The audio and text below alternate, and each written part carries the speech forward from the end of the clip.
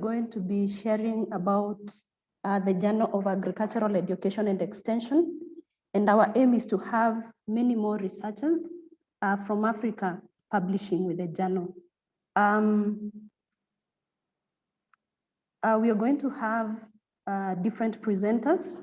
We are going to hear from Professor Cheminingo, who will be represented, who is the KEFA's board chair, represented by Mary Kamau. And thereafter, we are going to have official opening from the ED, AFAS, Dr. Selim. And then we'll have Dr. Christine Davis give us an overview of the journal. And then we'll hear from two presenters who've had experience of publishing with the journal. And thereafter, we are going to have from Dr. Richard as a reviewer, what his experience has been, especially in terms of the turnaround time when it comes to publishing with the journal. And we will end up with Catherine, who will help us understand on how we can build scientific research and writing capacity for both academics and non-academics and even students in the profession. So feel most welcome. Because of the interest of time and the number of participants, I request that you introduce yourself via the chat. Tell us your name and the organization that you're representing and also the country from where you are tuned in from.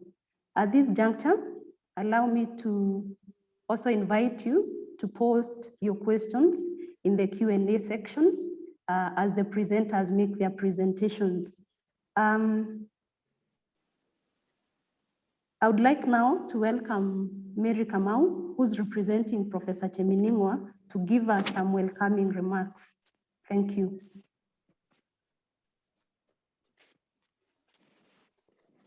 Thank you, Mercy. Ladies and gentlemen, good afternoon. Wherever you are, and if it is in the morning, good morning.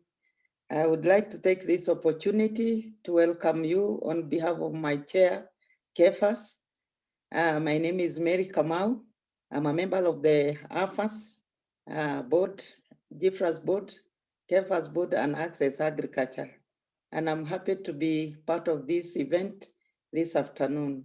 Welcome all of you. I would like also to take this opportunity to thank the organizers for this very important event. It's virtual, but we know that is the new norm as far as communication is concerned with whatever is happening in the world and in Kenya for that matter. I take this opportunity to welcome all of us to this very important occasion of discussing much more and knowing more about this important journal that deals with agriculture, extension, and education. And on behalf of the chair, I would like to welcome all of you and feel at home in KEFAS and participate as we learn more about this journal. We do know that all of us and most of us are dealing with the farmers, and we would like to pass information to the farmers so that they can be able to improve their incomes and their livelihood. We are also dealing with the education, where we are reaching so many people, and especially in academic institutions, where they get information on what has been done in research in agriculture and other fields. And this important journal has been publicizing what has been researched on, and we do know, all of us, that knowledge which is shared is useful. If you have knowledge and knowledge which is not shared, it is not useful to all of us. So I would like to welcome all of us and much more, ask many more people to publicize or to publish in this journal so that we can be able to get all the research information that's supposed to change our lives, to all the farmers, to all the academia who are dealing with agriculture and education as per se, and so that we can be able to share knowledge, experiences, and even innovation. Because if we don't share, it's knowledge which is dead knowledge. So welcome all of you, wherever you are, and let's be able to share together so that we can improve our agriculture, our institutions in the region as far as agriculture research and education is concerned. I welcome all of you on behalf of my chair, and he may join us maybe before we finish, but he's on transit somewhere. Thank you and welcome all of you. Thank you so much, Madam Mary, for those insightful remarks. Knowledge that is not shared is dead knowledge, and that is why we are here to ensure that that knowledge that all of us have is not dead knowledge by publishing more with the JAEE. At this juncture, allow me to welcome Dr. Selim to give us official opening of this event. Yeah, thank you very much, the facilitator and the rest of you. Well, first and foremost, let me really express my thanks to the conceptualizers of the whole idea and on the journal, and especially integrating information, knowledge, and articles from African extension workers. Specifically, I thank Christine, who's the editor. Really, as a true African, I think she's doing a very good job continuously. Let me also thank. She's been a very big supporter of extension in Africa, and of course we have worked with her as the board, and of course Mary also, who's also a director. So it's good to see all of you there. And of course, the Kenyan colleagues, Rich and Mwangi, and I've seen Richard Miro. We have worked, we have known each other for very long, and he's also very passionate about extension. So with that, really, the importance of the journal, Mary has rightly said it, it's really, and which has been a problem for especially participation of African participants and writers. Not that they would not wish to, not that they may have no knowledge, but it is simply the issue of capacity. And I think one of the biggest problems is capacity, even for us who have written so many articles, scientific articles. And that's the problem. Scientific articles as a scientist in a research institute is more or less, what can you say? Their methodologies and so on, well articulated all over the place. Sampling methods, how you planned, how you replicate, and so on, analytical methods, and so on. And you can call anyone to advise you on anything in any of those respects. But it is different for extension-related issues because it is more or less a social aspects of it. It is social, and it is different, differently designed, differently conceptualized, differently analyzed, differently written, and so on and so forth. So it's a bit difficult. And compounded to that is the fact that most of the extension workers even have no idea of writing anyway, even their own experience, even from, I think, Christina, seen it, Mary, and all those who are involved. They have no idea, except for maybe university at the university level and so on. But if you go down to practitioners, they have no idea. Writing is a problem, apart from writing reports and so on and so forth, which has to change. Because one, like Mary said it, information is powerful. And not only that, it's for the good of extension as well. Because now you can talk of a few things, impacts and so on, and outcomes of all those things. So I think this initiative is very good. And I think by integrating all building capacities of those who are willing to do that, I think it would open up an avenue which has never been opened before. I saw from the analysis, probably a lot of writers are from Nigeria, but when you analyze it, I think when you are, and Kenya in East Africa, I think are the only participants. I think you probably need to analyze it a lot more. When you analyze it, you'll probably find that is probably only university or university students doing research and then they publish their papers. So there's that practical aspect which is missing. How do you design it? How do you help and so on? So the whole thing is the concept behind this idea and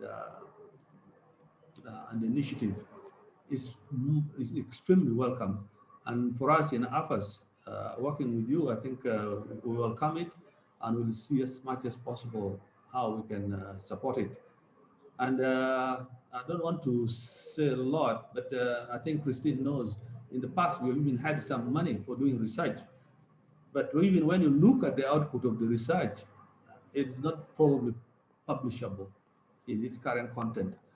Because I used to be a reviewer of a journal also. Reviewing. I was an editor of a journal, especially for agricultural research in Uganda. And you can see it doesn't pass the test of publication, even at my own level. So this is welcome. And I think we'll see how best to participate fully in it and see how we can roll it down further and have as many participants as possible. Thank you very much. Thank you, Dr. Selim, for those remarks, highlighting very critical issue, the issue of scientific writing capacity, which is something that possibly we'll be able to look into towards the end of this particular event. At this point, I would like to welcome Christine to share with us about the Journal of Agriculture, Education and Extension, particularly introduce us to the journal, give us some insight in terms of how Africa has engaged with the journal and also the submission process so that we can understand what does it take, the process that is involved for us to be able to publish with the journal. Over to you, Christine, and welcome. Thanks, Mercy, and thanks, Dr. Salim, Madam Mary, for your welcoming remarks. Great to see all of you here today. And as they put up my slides, I'll just start to share some information about the Journal of Agricultural Education and Extension, JAEE. Was originally published in Europe, and you might notice it's somehow European-centric. It's owned by Wageningen University. In the later years of Dr. Martin Mulder's editorship, we added a bit to the name. So it's the Journal of Agricultural Education and Extension, Competence for Rural Innovation and Transformation. So we're trying to roll with the times. Extension is no longer old-fashioned transfer of technology. There's many more elements to extension today. Andre, if you're going to get my slides up, otherwise I could try to share my screen. Let's just please share from your side. Okay, sorry. Let's go for that.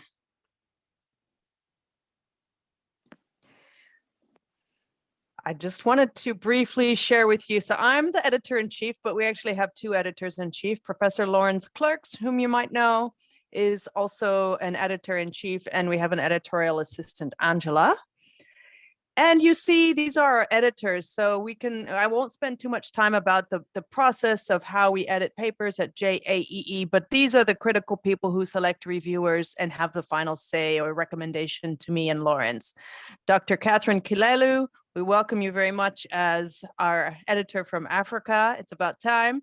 And we'd like to see a lot more participation from African reviewers, editors, and paper presenters as well.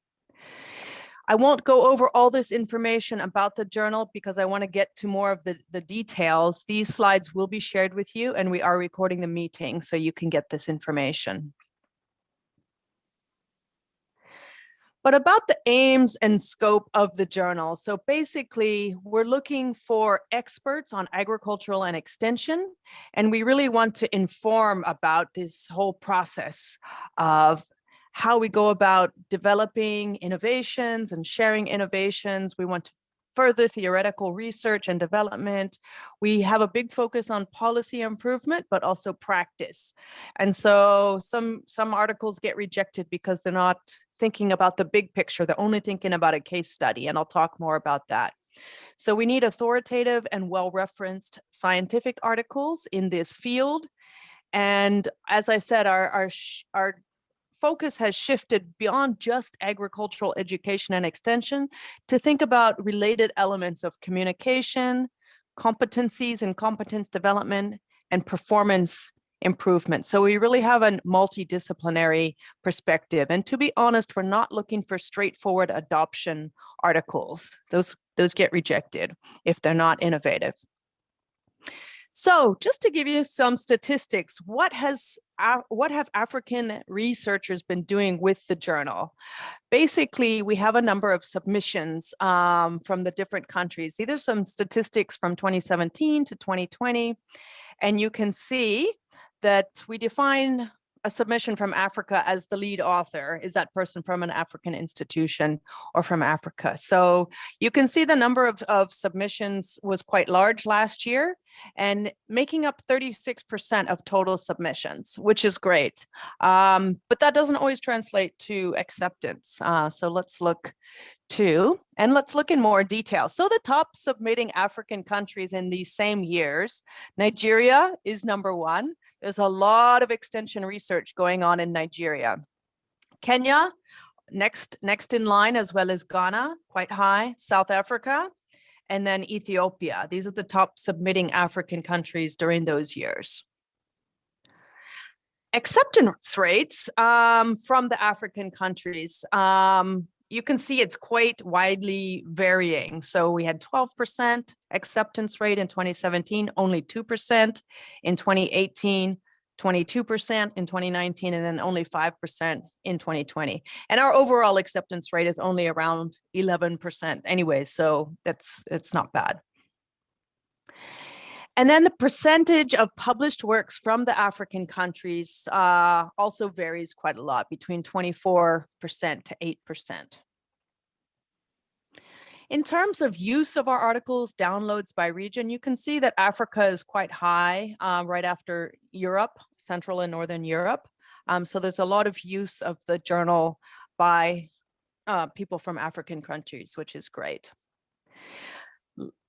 Just looking at the overall acceptance rate, this is for all the different submissions from around the world. You can see from the number of articles submitted in the orange, a very low percentage from about 12% or so are actually accepted in the end. And there's a very long process from submission to acceptance, which I'll talk about just now.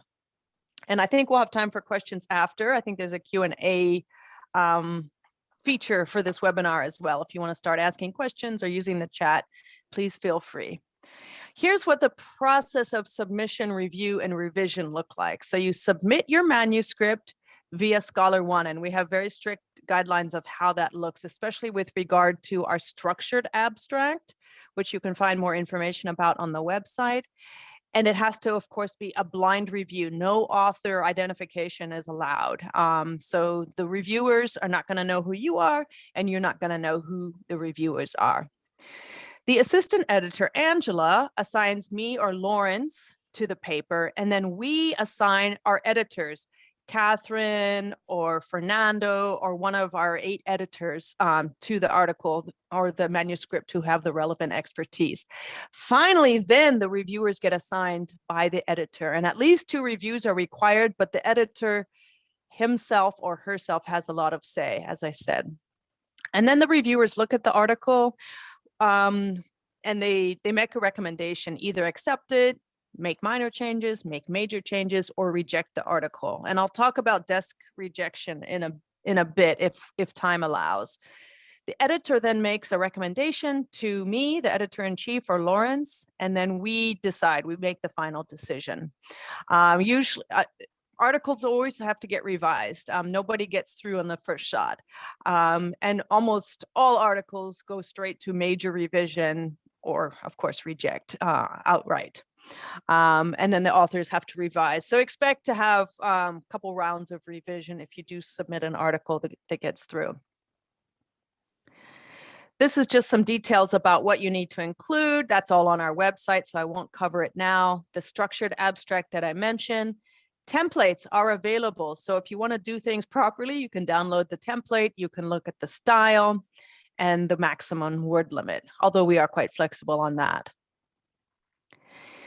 So thinking about submitting to the journal, of course, many of you are students or you have students doing research. You might want to submit that if it's appropriate. However, we have a number of thematic or special issues, and you can look at our journal to see what those are. We're thinking there ought to be a special thematic issue from Africa. So we're going to discuss that a little bit if time allows. But basically, whoever wants to submit a special issue has to submit a proposal to me and Lawrence as the editors-in-chief.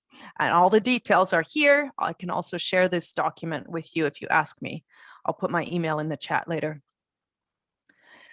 We approve the special issues, and then we bring in guest editors. So if you are going to become a guest editor, we'll give you special access to the manuscript processing system, the software that we use. And then you're responsible for all the reviewing and assigning reviewers and making decisions. Lawrence and I will still give the final yay or nay, but the guest editors have most of the say there. So some past special issues just to get you thinking. We've talked about gender inequality. We've had a special issue from Latin America. So you could think about that for Africa. Community resilience, and then some others as well.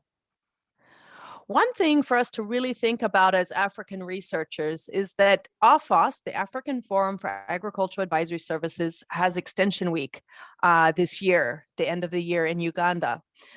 This is the topic, and we could think about, maybe we can get a special issue out of some of the papers that are presented there.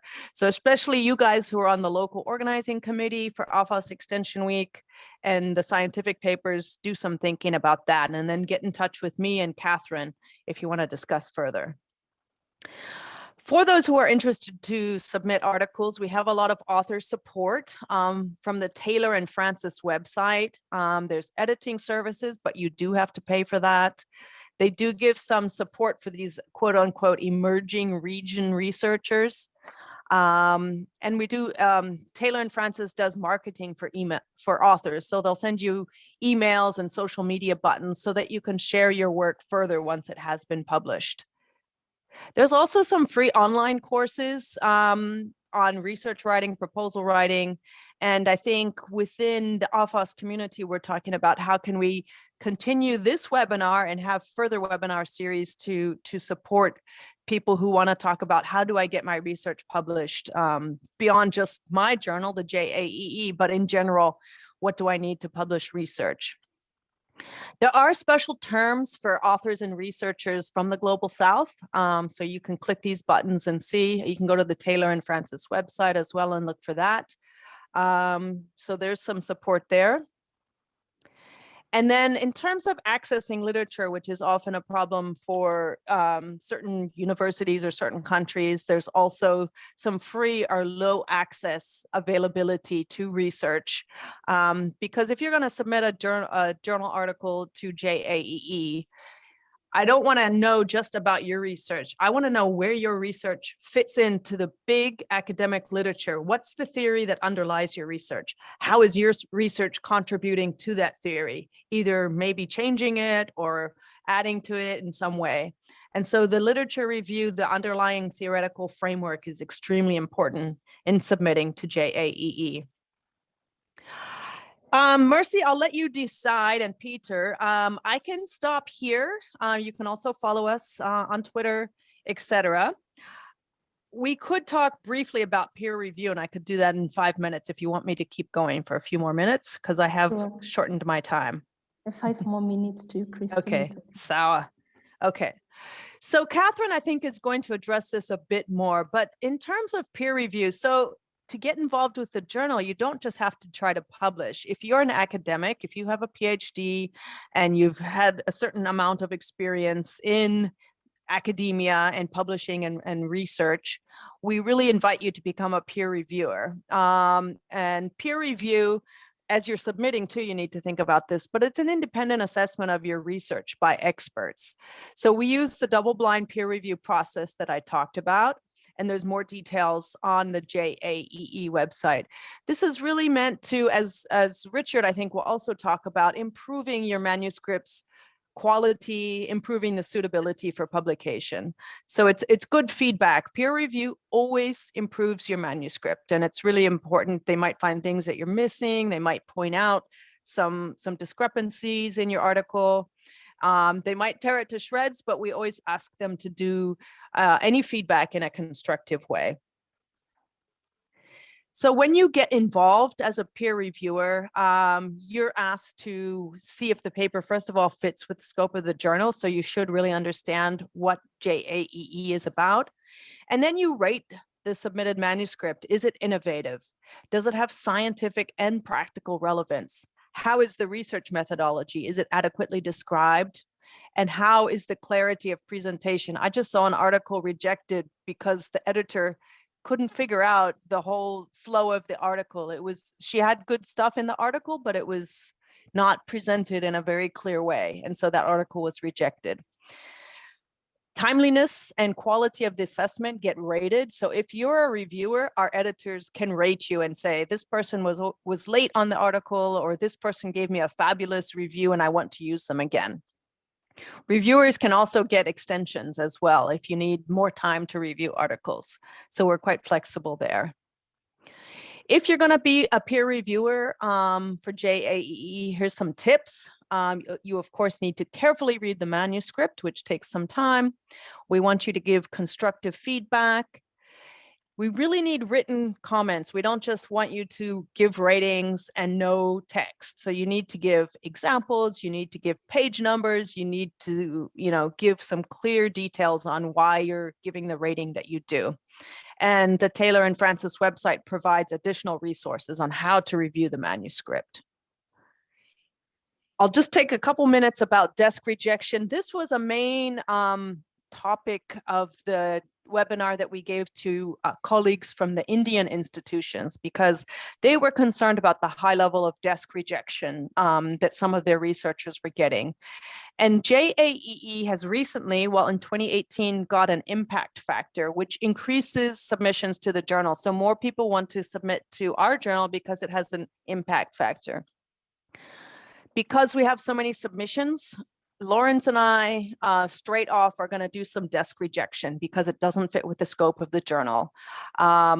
Our editors are also available. They can also make those same decisions to desk reject. It's really tough to get a desk rejection. I've had it myself, but it saves a lot of time in terms of our editors and reviewers. Their time is valuable, and we don't want to, spend time reviewing a manuscript that's not going to go through the system. The main reasons for desk rejection are that it's poorly written, they didn't rigorously apply their methods, the focus is only on one country or one region. When you do research that's published in JAEE, you have to talk about the international implications, the implications for the theory in a global perspective. You really need to embed your paper and your writing in the broader debates about agricultural extension and education, and show the broader theoretical implications. And then the literature review also might not be up to date. It's not embedding in the theoretical literature. And you can look at published articles to see how they do that well. So you really need to draw out the theoretical implications of your research, and then explain at the end of your article how your research is adding to this theory and advancing the field, because that's what the journal is all about, is adding to the field and enriching the field of agricultural education and extension. There's a lot more tips on avoiding desk rejection, and as I say, we'll be sharing these slides so you can look these up. But we really appreciate your interest. We thank you for attending today, and I'll turn it back to the moderator so that we can continue. Thanks. Thank you so much, Christine, for the highlights on why we should publish with the journal and how to publish with the journal. And you've highlighted the do's and don'ts, and also the key red flag areas that result in desk rejection. And of course, we want to increase our capacity and enhance our writing skills on how best to publish with the journal. At this juncture, allow me to welcome two presenters who have had an experience of publishing with a journal. And the first one is Dr. Olorunfemi, I hope I've pronounced it right, from Nigeria. And at this juncture, allow me to request Professor Dele to welcome him. Thank you.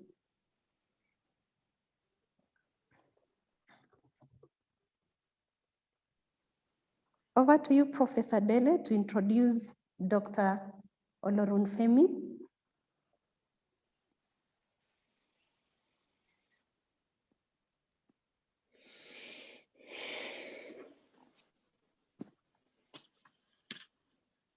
Professor Dele, if you can hear me.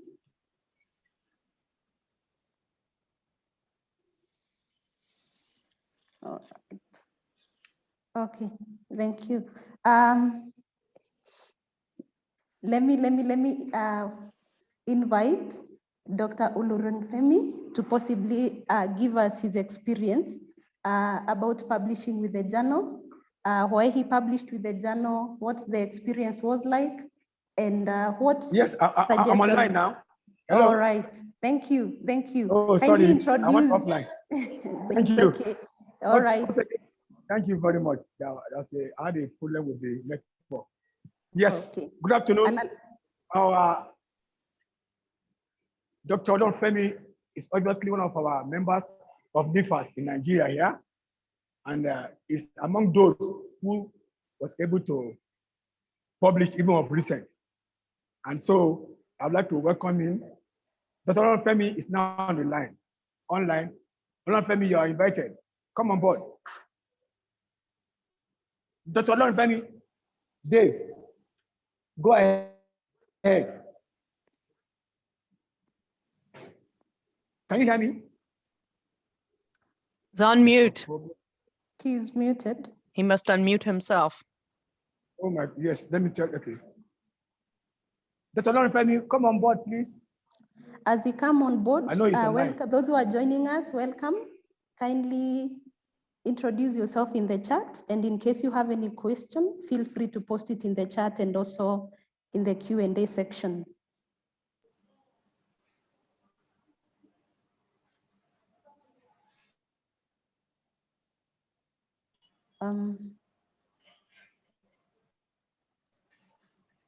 Yes, please unmute him if you can from your end.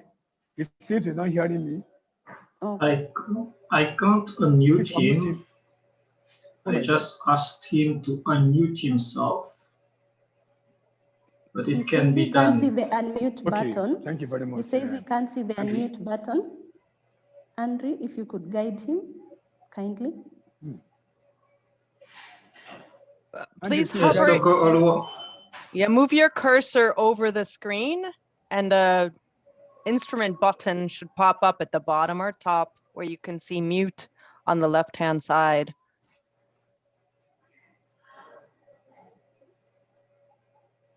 Bottom left, you'll see a microphone and just click on that.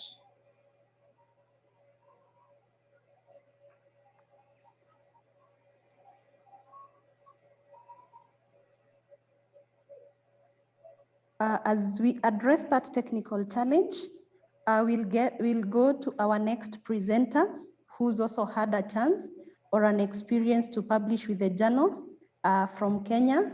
That is Evelyn. Evelyn, if you can hear us, kindly share with us your experience on how the journey has been in terms of publishing with the journal.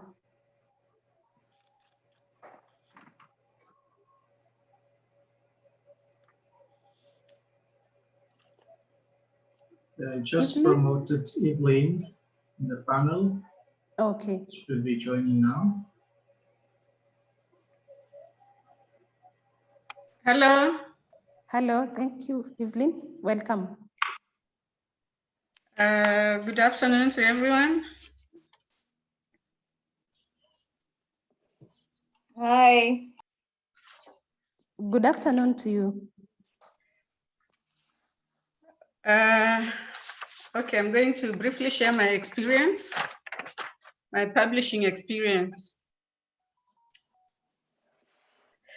Okay, first of all, why do we publish? We do publish because we want to share lessons learned on a particular topic, and also to contribute to the body of knowledge on the particular subject matter. Publishing sometimes seems very daunting. However, with good research and mentors for guidance, publishing becomes much, much easier. Because what I've learned is that so many people have this fear of publishing. They say, okay, suppose I send my manuscript and it is rejected, what happens? So it's that fear that stops many people from, publishing. And the lessons I've learned so far from publishing, because I've published in the Journal of Agricultural Education and Extension, is that, of course, publishing itself is a journey. It starts with the conceptualization of the research, asking the right questions. When you've done your research, you've written a report, and then, of course, you want to share your findings, you'll have to ask yourself, which journal should I publish in? Who are my co-authors? Once you've decided on all that, then you draft the manuscript, and then, of course, the process will go on. So I don't want to go into that process. I just want to share the lessons I've learned in my experience in publishing. First of all, it's very important to follow the format of the journal. Different journals have different writing styles. Some of them are very specific on the number of words. It's also very important to look at the articles that have already been published in that particular journal. It's also important to read widely on the subject matter. And it's also very, very important to, when you get feedback from reviewers, you should not take it personally, because some reviewers can be very, very, very harsh. And at times it's very, very discouraging, but we shouldn't take that personally. And I've also learned that it's okay to disagree with the reviewers, because the way they look at things may be very different from the way you look at it. And so it's really important, if you disagree, it's important to give reasons of why you've disagreed with the reviewers. And publishing requires a lot of patience, because it's a process, it's a lengthy process. At times it can even take 1 year, and also requires a lot of discipline, because when you send in your manuscript, you get feedback from reviewers, they'll ask you to make some changes, and you should not tire to just keep on doing what you're asked to do. And it's important to also pay attention to the feedback that you've been given by the reviewers, because that feedback helps improve the manuscripts. And then, of course, when you send in your manuscripts, it's not a guarantee that it will be accepted. Of course, when you get that decision from the editor, it will tell you either it's accepted with minor revision, or there are concerns which have been raised that you need to address. And of course, the worst that can happen is rejection. But when a manuscript is rejected, it doesn't mean that your work is inferior. It's just that you need to maybe put in more work, and that shouldn't discourage anyone. You should use we should use the comments that you get from the reviewers to improve the manuscript. You can actually send it to another journal. Thank you.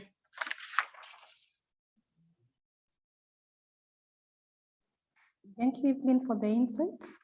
I don't know whether Dr. Olumfemi can now be able to unmute.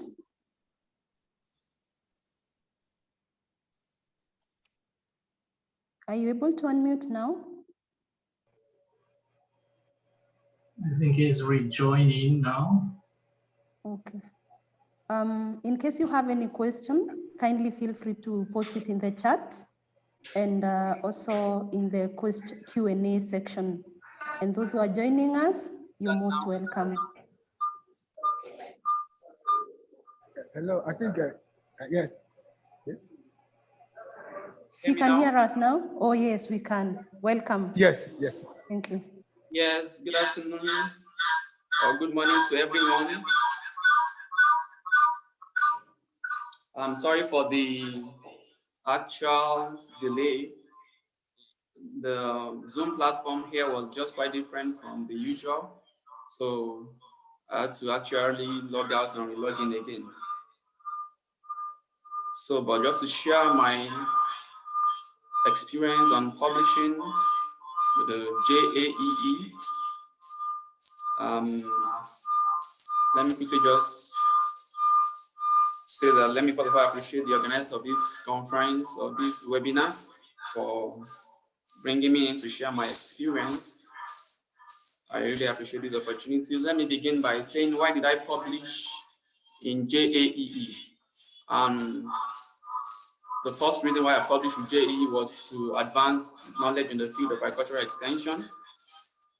Actually, when I embarked on my doctoral studies, I was in search of a reputable journal, and JAEE was top on the recommended list of journal, which my supervisor recommended that I could publish in. So I took interest in it. Excuse David, there is a lot of background noise. Can you put one of your device, your sound off? Otherwise, there's a lot of background. Okay, let me try. Yeah, it's good now. Oh, no, it's coming again. How is it now? Yeah, perfect. Okay, sorry about that. Maybe I try to ensure the system here is well positioned. Okay, as I was saying, when I tried to embark on my doctoral studies, one of the topmost journal that was recommended by my supervisor was the JAEE journal, and it was a journal I took interest in because I wanted to advance knowledge in the field of agricultural extension, and so that was one of the first reasons why I decided to publish in the JAEE. Also, the second reason why I chose JAEE was to have my research work widely read and cited, and because I saw that JAEE was also one of the journals that was being cited by a lot of researchers in the field of agricultural extension. And the third reason why I published JAEE was to get quality network and recognition and rating as a researcher. And now let me just quickly go to my experience as an author with the JAEE. At first, it was a little challenging. I could remember my first attempt was not successful. Probably this was because then I did not pay or I did not invest enough time to review the past articles that was published by the journal, and maybe a lot of lapses and loopholes were pointed out by I think it was even desk rejected, if I can remember. Yes, it was desk rejected at first. That was my first attempt. But later, when I was able to invest more time, I was able to pay attention to more of the details. I haven't gone through a lot of articles being published by the journal, and I was able to eventually successfully publish in the journal. I must say that one of my experience with the journal was that JAEE has a very good, thorough peer review process. At least there will always be 2 double-blind reviewers who will always give valid and constructive comments across every segment of the manuscript. And that was one thing I enjoyed about the journal, which made the quality of output of work I was able to publish in the journal very, very top-notch. Also, my experience, let me talk, maybe I should also comment about the turnaround time. I think the turnaround time from submission to acceptance was also very, very okay. I think it was, if I could remember, it was about between 6 to 9 months thereabouts. I was able to eventually get the process completed. So I think the turnaround time is still very okay. From my experience, I just have a few suggestions for other potential JAEE authors that might be listening right now. First thing, just like it has been said by Christine, one, we should ensure that your research fits the scope of the journal. That must be the first thing you should look out for as a researcher, a publisher, potential publisher with the JAEE. You must ensure that your research fits the scope of the journal. So that means, and this is possible, this is only possible when you actually review a lot of articles published by the journal, and when you also go through the journal information about the journal. Also, the second suggestion would be that every potential publisher should have a broad and global view in mind. when formulating your topic, your research questions, and when you're also putting together your write-up. This is very important. My third suggestion will also be that every potential author should also read and review past articles published by the JEE before you even attempt sending your journals, and before you attempt writing to send to the journal. Reviewing past articles by the journal will help you to be able to observe the structure, the depth, the details that are needed, and the modalities of writing that the journal is used to accepting. Also, I would like to also suggest that you should have a solid theoretical and literature review. I think Christine also mentioned this. JEE is very particular about this, and so your potential manuscripts should have a solid theoretical foundation and a well-versed literature review. Also, from my experience, my suggestion will also be every potential author should provide a detailed methodology, and there must be a link between the theoretical framework to the research of them in the literature review session to the research method or design being used. And finally, my last suggestion will be every potential publisher with the JEE should also ensure that they check out their manuscript for similarity index, of course, before they send to the journals. The manuscript must be there must be proper language editing of the manuscript so that there will not be a lot of loopholes that will make the journal actually to probably desk reject the manuscript. I think these are my future suggestions to every potential publisher or author from my experience in publishing with the JEE. Thank you very much for this privilege. I'm grateful. Thank you. Thank you, David. Thank you, Evelyn, for the suggestion and the tips on how best we can publish with a journal. And I think what I've picked is patience, persistence, and being open-minded, and having the journal in mind. At this time, I'll invite Richard, as a reviewer with a journal, to also share with us his experience. Welcome, Richard. Thank you so much, Mercy. Are you able to see my screen? Yes, although... Just half of the screen that we can see. All right, I'm trying to expand this, just a moment.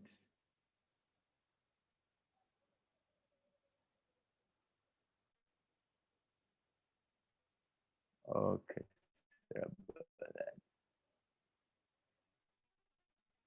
Is that okay now? Yeah, we can see, and you can put on slideshow now. Is that all right?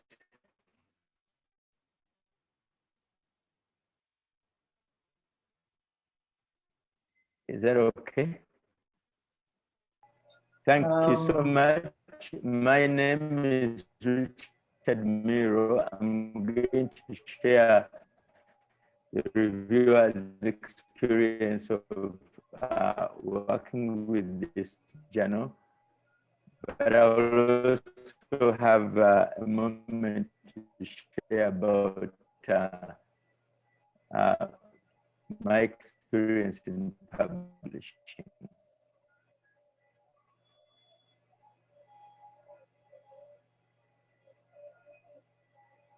Yes. Hello, Richard. We seem to be losing you at some point. I don't know whether it's because of your internet. Let me share from my side then. Okay.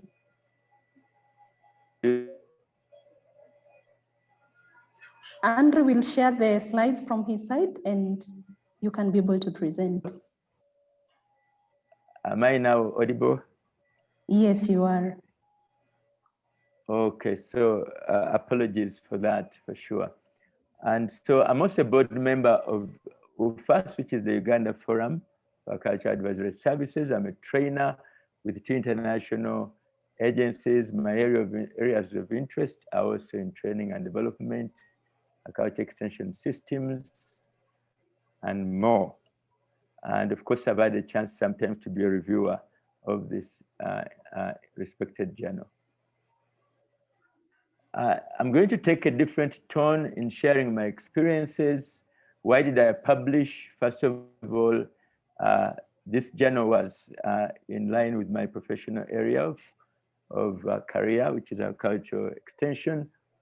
Also being hosted by Wageningen University gave me more confidence that it was authentic. And at the same time, there was no need to pay to publish in this journal. Why again did I publish? It was the fulfilling experience of being able to publish, being able to receive feedback from 2 to 3 reviewers, often very enriching suggestions, as some of us have already observed. And some of the reviewers are able to raise points where you can actually build on to improve your work. Sometimes there are serious improvements that have been called for. And so, in other words, you end up actually being helped when it comes to improving the quality of your manuscript and writing style. It's also, the other reason is that you're able to appreciate the guidelines to authors that are clearly available on their website. For example, how you should structure your abstract and the rest of your manuscript. It's also helpful in learning to be clear with your message, especially when it comes to word restrictions. Sometimes you start off with a manuscript which has too many words, and you would like to have everything shared out there. But when the journal gives you the word restrictions, it kind of requires that you really write in a very crisp way and with a very clear message to your audience. The time frame also is very useful when it comes to revisions that should be made, because it gives you a targeted response to what you've been requested to adjust. Receiving responses from the reviewers, about some delayed reviews. Sometimes you get notices about, delays that have happened because the turnaround of your publication may take a while. And so you get a response from the journal as to why your manuscripts have not been reviewed. Often it could be that they have not identified an appropriate reviewer for the type of work that you are publishing. But I like the feedback that is involved.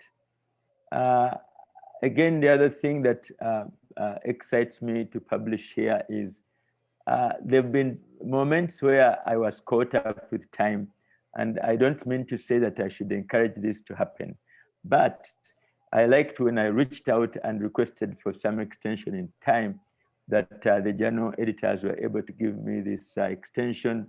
It gave me a human touch and flexibility in such situations from the journal.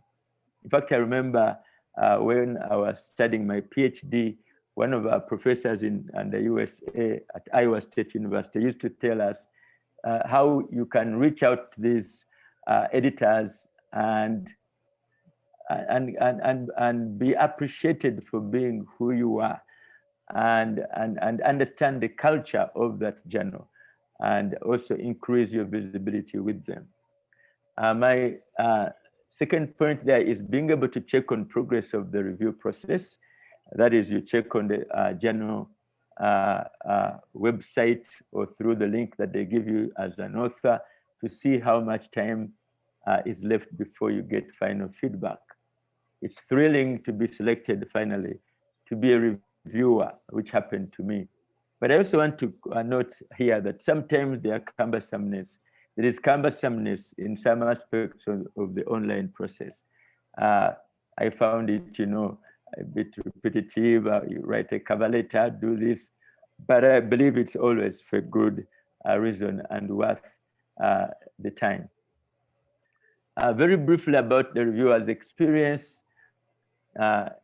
First of all, it was an excitement for me and a recognition of the contribution that I can make in terms of quality of what is published. So the fact that you are requested to accept, to review or not to review, if you feel when you read through what they've sent to you is not something that you're very much competent about or competent in. Again, being honest with yourself. Sometimes when it comes to publishing and offering services, we overrate ourselves. And so you are free this time around to say, when I look at what is being required of me, maybe this is not my area of expertise, so you can pass. The guidelines of what to focus on when you're reviewing are very, very helpful, like Christine shared earlier.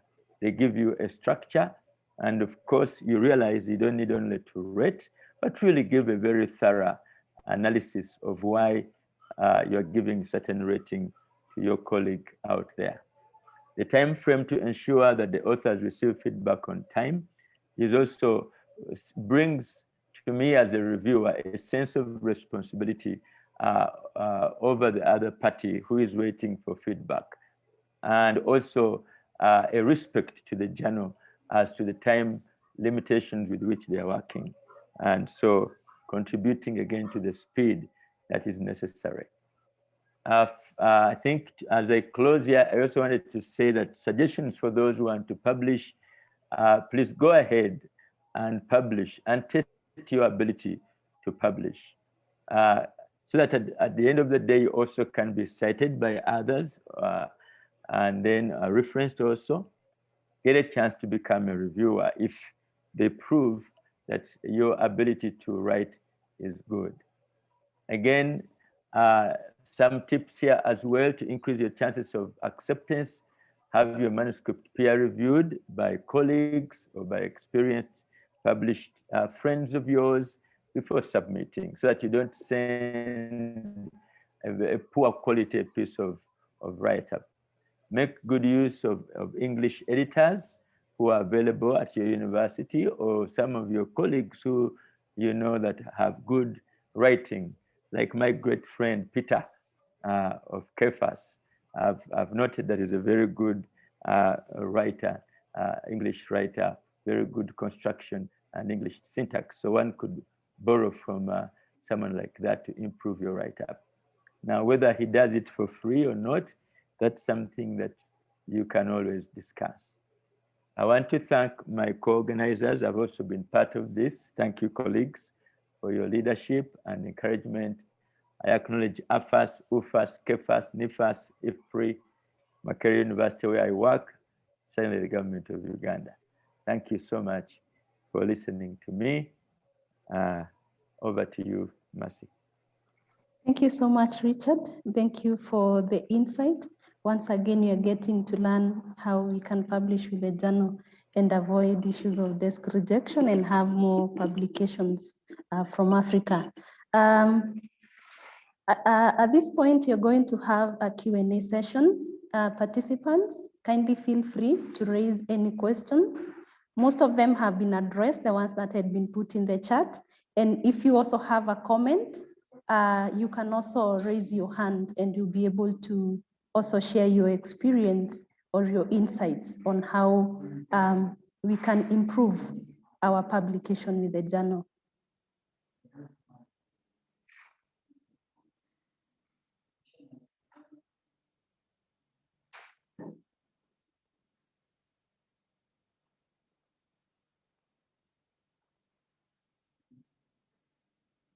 Feel free to raise your hand, or you could put the comment in the chat. We have one question. Isa, kindly go ahead and ask your question. Andrew, if you could unmute him. All right, thank you. Thank you, Christy. Good afternoon, everybody. Good afternoon. Thank you. I'm still very much interested in some minute details about impact factor. If it is described as low or high, then what is the index? What is the index of low? Within what range do we describe the impact factor of a particular journal as low? And at what time, at what range of the index do we describe it as high? We quite understand that authors, having been made to understand that impact factor is important, so everyone is looking at journal outlets that has high impact factor. What does that mean? Recently I was engaged with some colleagues, and there was argument about when is it high, when is it low? So if you could kindly shed more light on this, I think I will appreciate that. Thank you. Thank you, Issa, for that question. I'll give it back to Christine, and possibly as you respond, you could also highlight somebody, Charles, require clarity about the thematic areas on which the journal publishes on. You could also highlight on that. There's also another question in the chat box.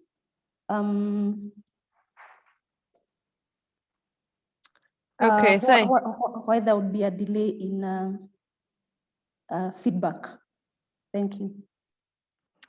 Thanks. Yeah, I'll try to find that question. So on the impact factor, I'm not very good at math, but as I mentioned in the chat, the impact factor it's a measure that's based on the number of citations that are published in the journal. But the important thing is that you compare journals in the same category. So the higher the number, the higher the ranking of the journal. Now, in agricultural extension, you're not going to find another journal that actually has an impact factor. So, JAEE is is the highest rated extension journal. There's other journals that have much higher impact factors, like 10 or whatever, but they're not in our field. So it's not something that you can really compare. But if you want to find more about impact factors, I suggest, you can you Google, and they'll even show you, the calculations and how they're made and things like that. But basically, the higher the number, the higher the impact of the journal. And those universities and institutions that, reward their researchers based on, how they publish, they don't only need to publish journal articles, they want them to publish journal articles in highly rated journals. So IFPRI, for instance, has a huge, where I work, the International Food Policy Research Institute, there's a huge database of the journals, and they're rated from no rating at all. So like the other international journal, Journal of International Agricultural Extension and Education, JAEE, has no rating at all. So I can publish there, but it's not going to make much of a difference in my rewards and my incentives. That goes all the way up to A+ journals, where everybody wants to publish. That's things like World Development and other journals that have a very high impact factor. So it really depends on your university. Of course, you want to publish in the most relevant outlet for your work. I think that's the most important thing to do. Mercy, you say there's a question about why it takes so long to publish sometimes? To get feedback. To get feedback from the reviewers. Yes. So yeah, so what I've noticed from JAEE is that as an editor, they give me a list of potential reviewers from Publons. It's an online academic site that knows what everybody's published in. So they'll say, oh, Richard Miro, he's published in that field, so he could be a potential reviewer. So you can pick researchers or reviewers from a list. A lot of times those reviewers never respond. They don't even ever respond to your invitation to review. They don't even say, no, I don't have time. No, I don't want to, which is unfortunate, because then we could go and select another reviewer. So that's the first problem, because it takes, a week or two, and then the system keeps reminding them, but they keep ignoring it. And then the editor has to go and find other reviewers. And in many cases now, I'm actually asking you, when you submit your paper, first of all, give me a cover letter and explain what the research is about and why it should go in this journal. Secondly, give me some names of non-biased researchers who are in the field but don't know that this would be your work who could serve as reviewers, because that can cut down a lot of time. What my editors are having to do is to use their own personal networks and ask personal, people that they know, their colleagues and so forth, to review articles, because when you get emails from people that you don't know, you tend to review them. And in my case, I get requests all the time to review articles, and I just have to turn them down because I don't have time for it, because I'm trying to edit this other journal. So that whole system takes a long time, from the article coming in to being assigned to an editor-in-chief to an editor, who then selects reviewers, and then they have a time frame to respond. And if they don't respond, we have to find more reviewers. So finding good reviewers is a huge problem. And that's why we would love for some of you to participate. Back to you, Mercy. Thank you, Christine. You could also highlight about the thematic area or the scope in terms of themes for the journal. Somebody requires clarity on that. The themes for the journal. So basically, agricultural education and extension, competence for rural innovation and transformation. So on our website, actually, let me just go there, because there's a long list of potential areas. Sorry, just one second. It's under about aims and scope, I think. There's a long list because I said we're multidisciplinary. So some people talk about intermediaries. A lot of people are talking these days about agripreneurship, entrepreneurship, communication for development, competence management, digital extension. It can be natural resource management, human capital, rural development, social learning, sustainable ag production. Somebody asked earlier about food security. These themes are all fine, provided that you're fitting into what is agricultural extension and education, and how is my research furthering the theories and contributing to theory, practice, and policy worldwide. Thanks, Mercy. One last one, it's about access. As a publisher, you're required to review quite a number of articles from the journal. But then again, accessing them, especially the ones one is interested in, becomes a challenge, or it is at a cost. You could also highlight about that. Thank you. Yes, most of these journals are owned by somebody who's in it for profit. They're making money, like Taylor and Francis. And so this is why they rely on subscriptions and things like that. More and more, the world is turning to open access articles, but that Taylor and Francis is not yet at that point. So it's going to depend upon your institution. If your institution has access, and there are people who will write to authors and ask for an article. But I understand it's a struggle because to be in the literature, to write well, you need to be reading the literature as well. And if you can't access it, it's quite frustrating. So failing that, I would then depend more on the open access kind of articles that are available. You can publish an open access article in JAEE, but you do pay for it. And a lot of projects these days are actually requiring that if you publish a journal article, that it be open access. So if you go to the JAEE website, you will find open access articles, which are of course freely available to read. Thank you. One more, Christine. It's about how can one make sure a journal that has already been published is widely visible or enhance visibility. Thank you. How to enhance visibility of your published work? Yes.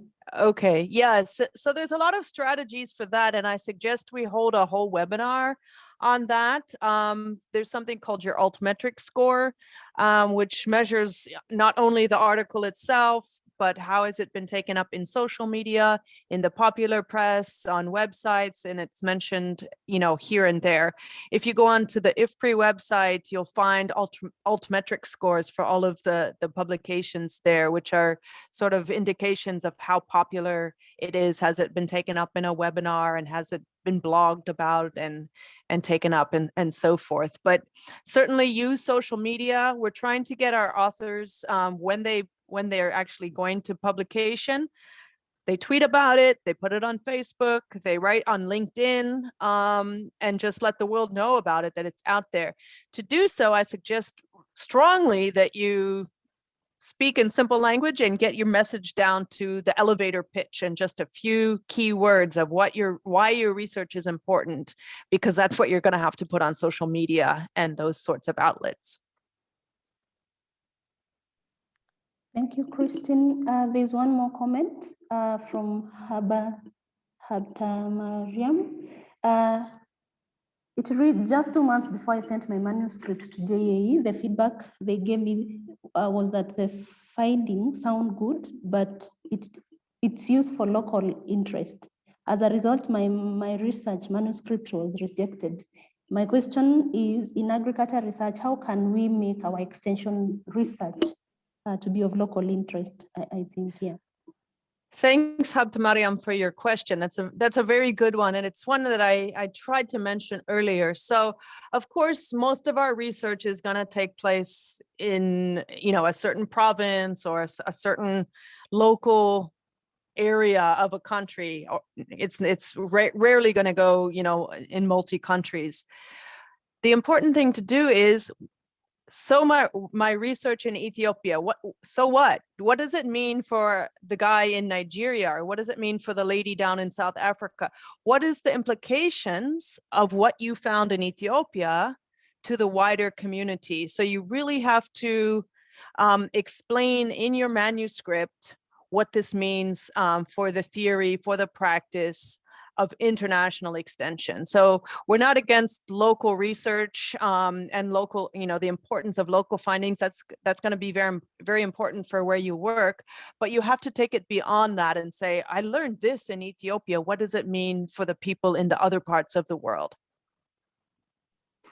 Thank you, Christine. I think there are no more questions, but in case you have a question as we proceed on, feel free to post it in the chat. It will be answered, maybe, and even do a follow-up. Christine said she'll share her email address in the chat.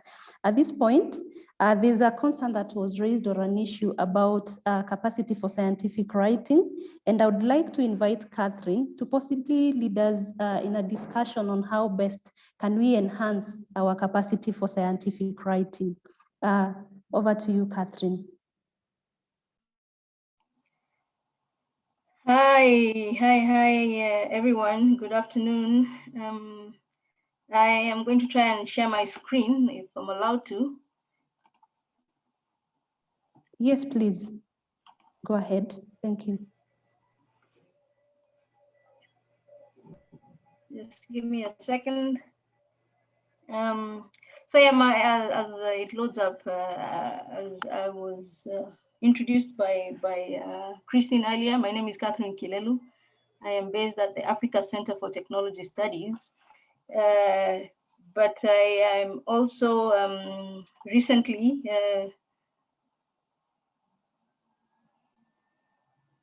can you see my screen? Yes, you can put it on slide mode. Yeah, so I recently joined the Journal of Agriculture Extension and Education as an editor, mainly as a champion of the African region. And essentially, my role is to try and see that the visibility of African-led research in agriculture extension is enhanced through a platform like the JEE Journal. And of course, we are saying there are other options in which people can select to publish their work, but we think the JEE, and as Christine has mentioned, is a quality journal that people can consider publishing their work, and so we want to see more of us published. I know working in research and in academia, publications do matter, but also I think increasingly we would like to see, and this was mentioned earlier, we would like to see also the work that is done by practitioners also comes to the fore through a platform like the JEE. So we want to encourage that. So this webinar is just one of many events that we would like to host. as a journal, and to see that we gain more traction in the region. Christine presented some interesting statistics about how we are doing with publishing in the journal. We do submit papers to the journal. We saw that there's quite a number of us that are submitting to the journal, but this does not translate into publishing. So I think we want to see how best we can overcome that. Of course, one of the issues that was mentioned even by Salim when he opened the webinar is that there's issues around the capacity of our scientific writing, and this translates mainly to how we conceptualize our research, and then also how we use innovative and interesting methodology to do the research. So the publication process is kind of the end of what has already been done, the research. So if the research is not also being done well and rigorously, then chances are your effort to try and publish also becomes a bit of a challenge. So I think what we want to have conversations around also is about how do we also enhance the capacity of doing good research from the beginning, because that will then translate to quality publications.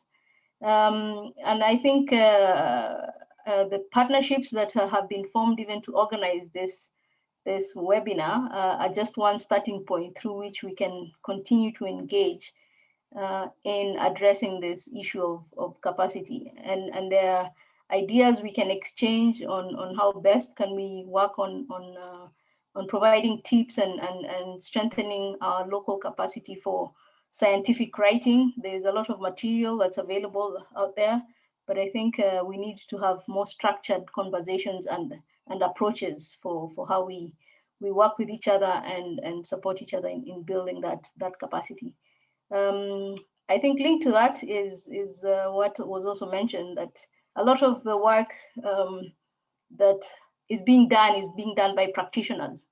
There's a lot of research, excellent kind of participatory action research that is happening, being led by practitioners, people who are on the front line of providing extension.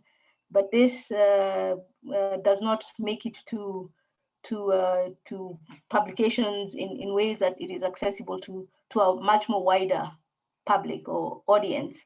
So when we talk about scientific writing, I think we are thinking of how we just move beyond thinking about the academic writing or the academic space or research, only research-led publications, but also inviting practitioners to be part of this process.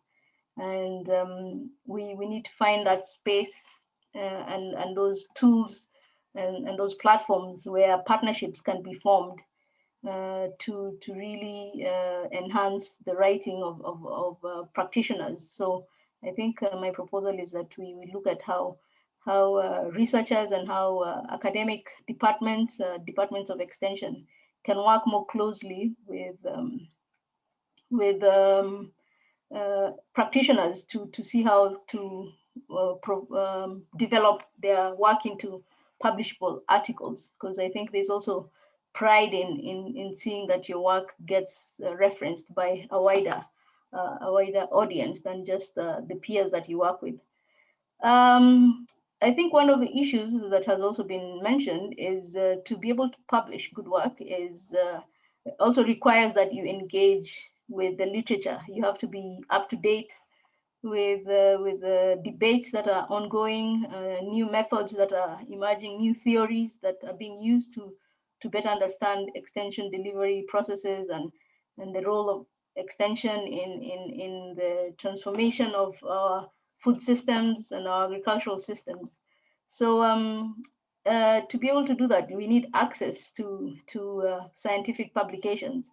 And it's good that Christine has also mentioned or alluded to the fact that there could be some options even available through JEE where academics and maybe even practitioners might be able to access new publications on a regular basis.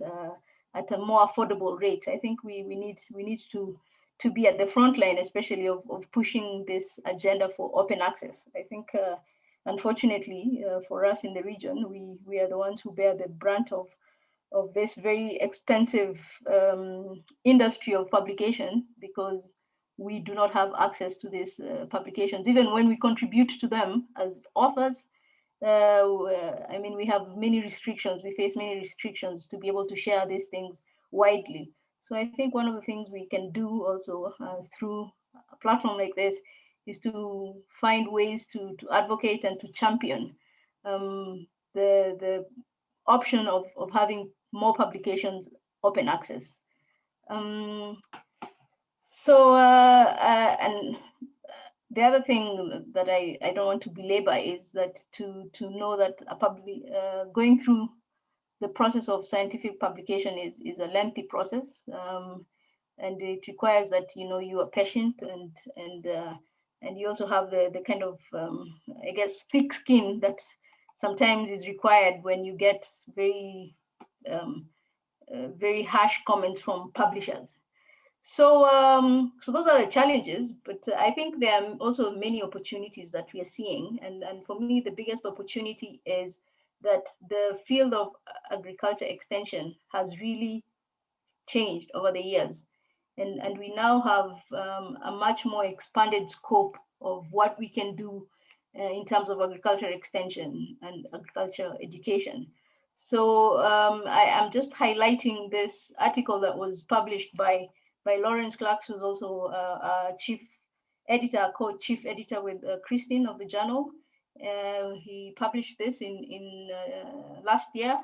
It's available on the JEE website for free. It's an open access article, so I invite people to just go to the website of JEE and download it and just look at it and read, because it really provides some interesting perspectives on how this agenda of agriculture extension has become so much broader than what traditionally people used to write about. I think we have seen a lot of work around adoption studies and maybe competence studies in the extension education department.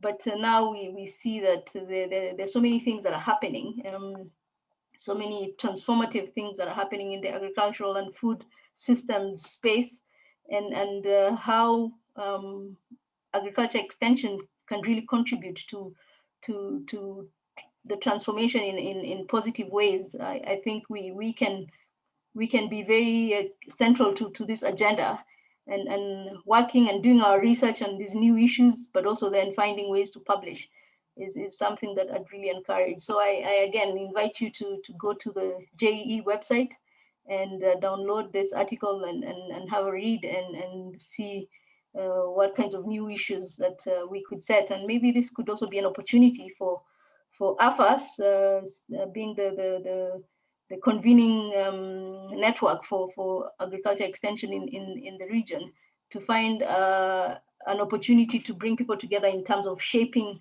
the new research agenda for extension in the continent. I think we can also be the ones who are shaping our own agenda, not necessarily just waiting for the agendas that are coming from external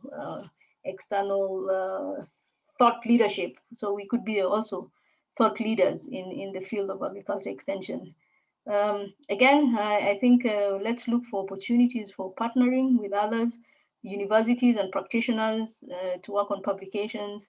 I think Evelyn mentioned one critical issue, and I can attest to this, of how mentorship can be very critical in enhancing our capacity to publish. I am a recipient of this mentorship. I worked under the tutelage of Lawrence when I was doing my PhD, and I think it was quite an eye-opening experience. And I've taken that experience also in how I'm working with young and upcoming researchers in terms of how they do the research, but also publications. Quickly, the peer review process. Maybe I will not spend too much time, because Richard did a very good job in outlining his experience. But what I want to highlight is that peer reviewers are really at the heart of the quality of journals and quality articles that we see published, because it is their effort and their insights and their thoroughness that enables editors and chief editors like Christine and myself to make decisions on whether an article gets published or not.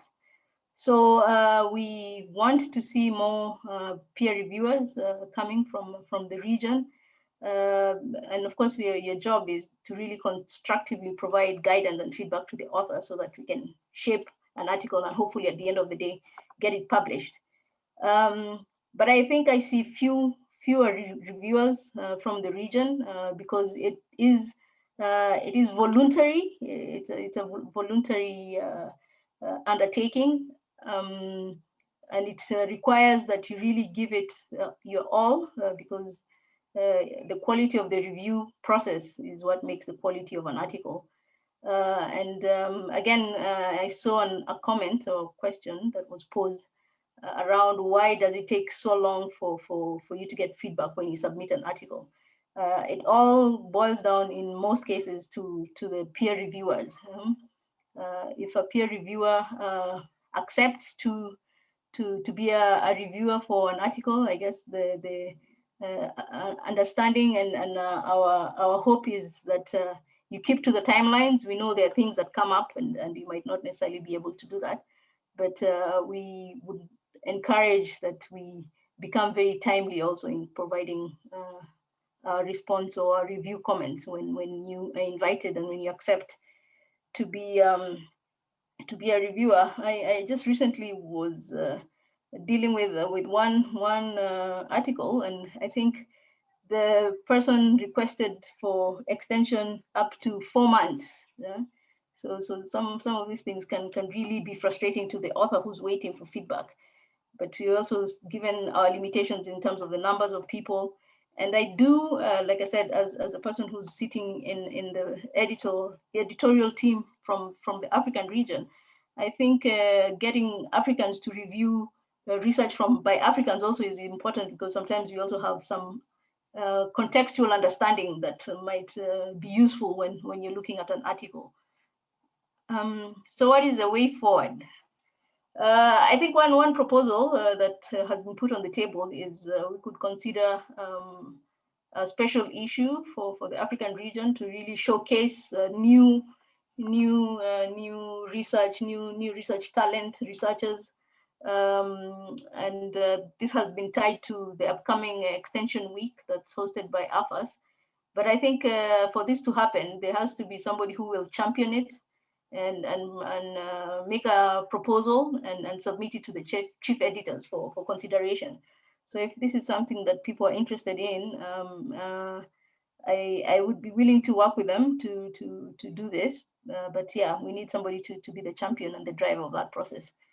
Our desire as JEE is that we get not only just more submissions, but we want more acceptance. So we encouraging you, and given what the experiences have been shared, I think there are many things that you need to keep in mind when you're preparing to submit to a journal, not just JEE, but journals in general, but specifically to JEE, we really want you to be up to date with the debates and the theoretical insights that are emerging in the field, because it's a scientific field. So we want to advance the scientific field of extension delivery through rigorous scientific research. As I mentioned earlier, the capacity building challenge has been reiterated several times.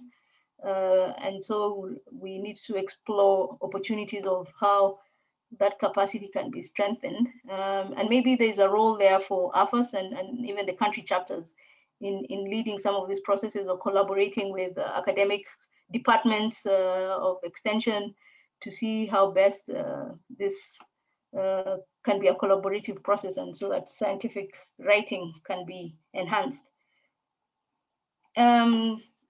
Finally, I think as a rallying call for Christine and I, the objective here was that we really would like to see more engagement with JEE as a choice journal for people who are working in agriculture extension and extension delivery in the front lines.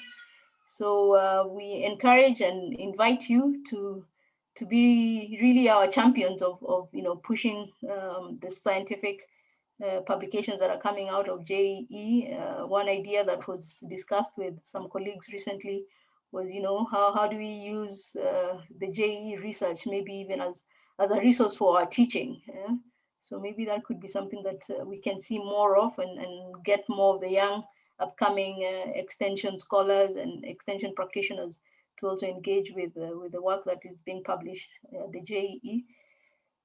We invite you to spread the word. I think we realize that not everybody knows or knew about JEE, so we really want to get the word out. Maybe the flyer that was shared when this webinar was advertised, we can use that and maybe enhance it a bit more and share it so that you can post it on your department information boards or things like that, or even online. We want to spread the word. Christine mentioned that there are support services in terms of access to articles. I think we need to explore that and see how best more people can access the articles that are being published through less costly means, but also through open access. I'm a big proponent of open access publishing. I try as much as possible when I can to publish my articles open access, including asking those who are paying for or supporting me in doing research to at least consider paying for open access where there's a cost. So let's also consider open access publishing when we are submitting our articles and look for avenues where we can get supported to publish open access. So with those remarks, I would like to close and to really thank you all for your interest in this webinar and for participating. And we hope that this was just the beginning, and we'll have more of these webinars in the months to come. So thank you once again. Thank you so much, Catherine, and thank you all that have presented. I think the ball is now in our court. There are opportunities to partner with the journal as authors and also as peer reviewers. I guess we get out of here better informed on how best to publish and what to do and tips. At this point, allow me to invite Beatrice from UFAS to give us the closing remarks. Thank you. Beatrice, if you can hear me. Yes, I can hear you. Thank you. Okay. Sorry, where I am, there is a bit of noise, but I hope it's not really disrupting the meeting. I would like just to thank the organizers, first of all, of this webinar, but more so, I want to thank the team that started the journal and that is running the journal. And as I was listening through all this, let me just get I was saying, wow, to me, I'm thinking that this gives more opportunity to people who want to publish from the angle of agriculture extension, education, research, and who may not actually have been so having the opportunities, better opportunities in the other journals. So I would like to extend my thanks to Christine for initiating and starting all this, and Catherine for also being in this. But I would also, I know that even AFAS has been key in supporting or participating in this. So for me, as a person from the country fora, I was really thinking, how can we capture? Actually, I told my friends, and we actually put this on all the platforms, and I've seen a number of them, even from up country, who have participated in this, and this gives me strength as the leader of the country chapter. I know that what started all these fora, the GIFRAs, the AFAS, and the country fora, is to help us as extension people come in and be able to share information, to be able to write, to be able, so many things which the researchers and the academicians were doing very well, but us, the extension people, were lagging behind. So I'm really excited about this initiative, this journal, and I would really want, I'll make sure that we encourage my members to participate. We have members all the way from certificate up to the PhD level. So I'm sure there are so many people who can actually write so that we are able to share information which is not yet shared. Thank you very much. Thank you so much. Thank you all. Thank you for participating, and thank you for the insightful presentation. I was your moderator, Mercy Mburu from Kenya. Have a good evening and good afternoon. Thank you very much. So I've been off and on. The presentations will also be shared with you. Thank you. And if you have any question, feel free to reach out to the different presenters. Thank you very much. Thank you. Thank you. I've been on the highway. Sorry for the break. Thanks, Prof. Yes, I'm on a journey, so I'm sorry for the break in transmission. So okay, thanks for joining us. Thank you very much.